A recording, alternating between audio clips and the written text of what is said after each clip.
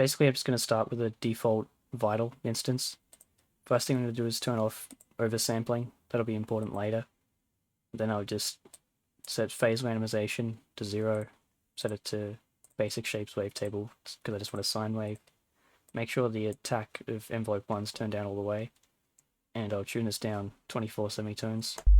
I usually like to tune my kicks to G, and I'll set envelope to saw down, turn down the smoothing, set it to envelope mode, and set the tempo to an 1/8. I usually like to have my kicks somewhere between a 16th and an 1/8 note in length. The tempo does matter. I'll set it to 140. That's what I usually have it set to. And I'll just draw a shape, something like this. I like to use the grid as a guide so I can see how much of a curve I'm actually giving the envelope. And I'll use this to modulate the level of oscillator 1. Set up another envelope, saw down, smooth all the way down. Tempo to an 1/8, envelope mode. And draw in another shape. Something like this. Again, I'll use the grid to just line it up so I know exactly what it's set to. Modulate the pitch of the oscillator all the way up with this. It'll sound something like this. And where I move this point to, it's pretty important. I usually like to have it somewhere between 1 and 2/3 of the way along the length of the kick in terms of how long this envelope lasts for. So that's here for now. Now I'll turn on the distortion.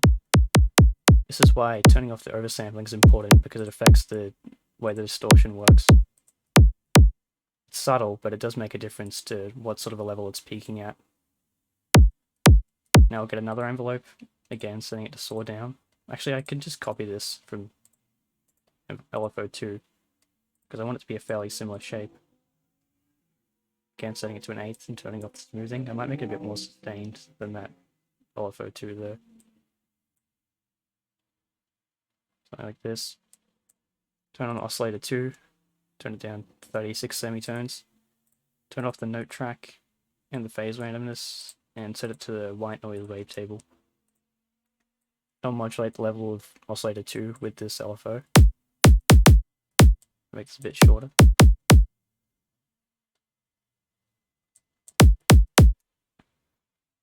And then I'll get another LFO.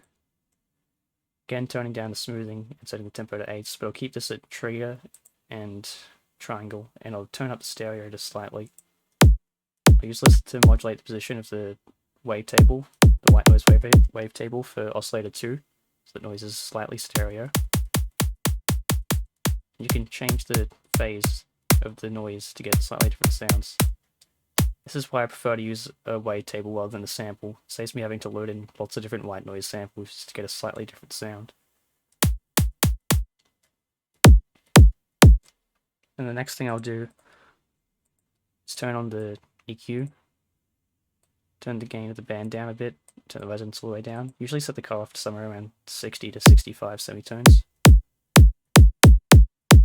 I'll come back and adjust this later, but this sounds good for now.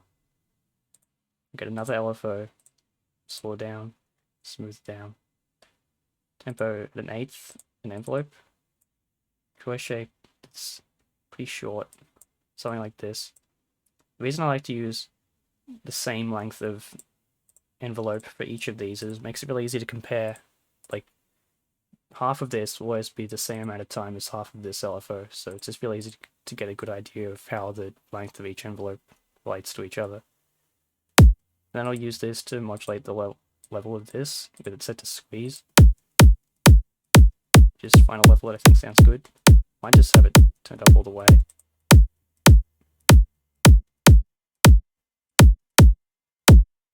Turn the distortion down a little bit. One thing I sometimes do is I'll sometimes use this LFO to modulate the level of oscillator 1 and just turn it down a bit, so you can hear the noise in the transient a bit more clearly. Don't think I'll do that here though. And I'll just make some small adjustments.